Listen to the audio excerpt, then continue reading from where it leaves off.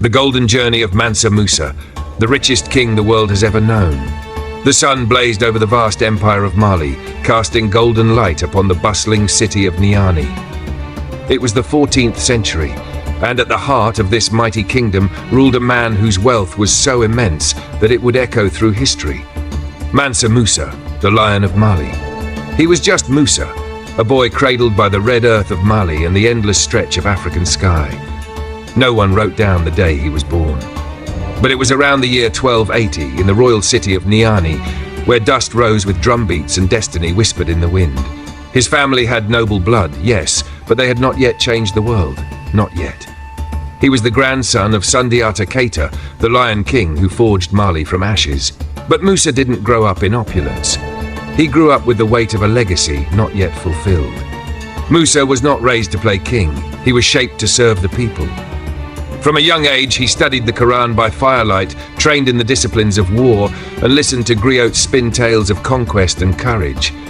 These were not bedtime stories. These were blueprints for leadership. He learned that a throne is not a seat. It is a burden. It is a vow. In 1311, the reigning king, Mansa Abubakari II, was seized by a vision to chase the horizon and unlock the secrets beyond the Atlantic. With 200 ships, he set sail into mystery. "I will conquer the ocean or disappear trying," he declared. And disappeared he did. One ship returned. The rest was swallowed by the sea.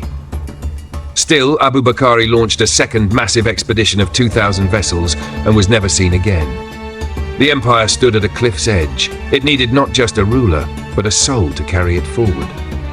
In 1312, Musa was crowned Mansa. But he didn't just inherit gold and lands, he inherited the dreams of millions and the silent hopes of a continent yearning to rise. He was no ordinary ruler. His predecessor's legendary voyage across the Atlantic, a tale for another time.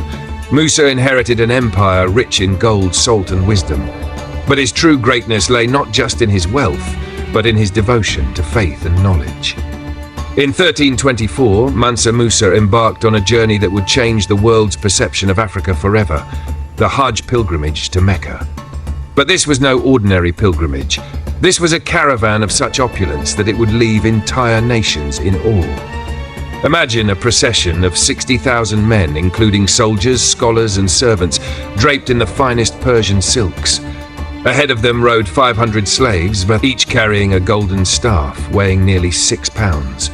Then came 100 camels, each laden with 300 pounds of pure gold. Not mere coins, but golden dust and nuggets from Mali's legendary mines. As the caravan passed through Cairo, Mansa Musa's generosity shook the very foundations of the economy. He gifted gold to the poor, built mosques, and rewarded scholars. So much gold flowed into the markets that its value plummeted, causing inflation that lasted over a decade. But Musa was more than just a wealthy monarch. He was a visionary.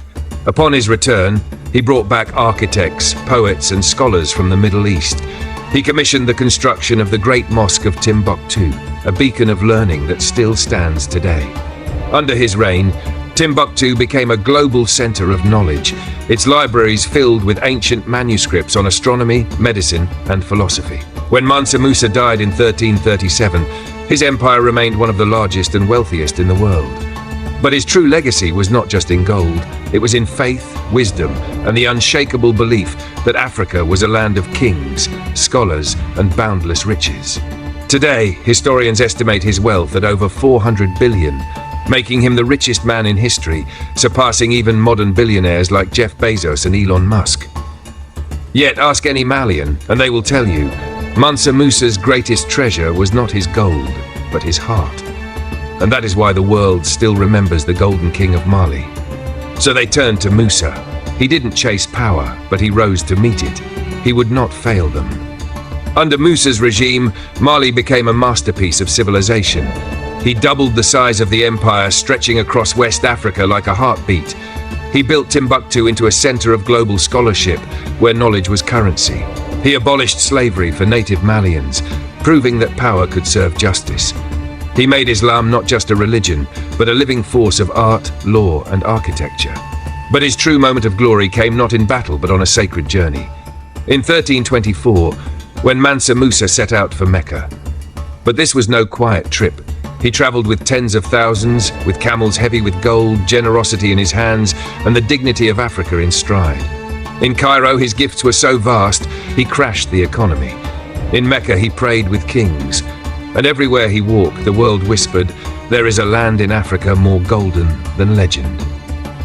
Maps were redrawn, histories rewritten. Africa had arrived.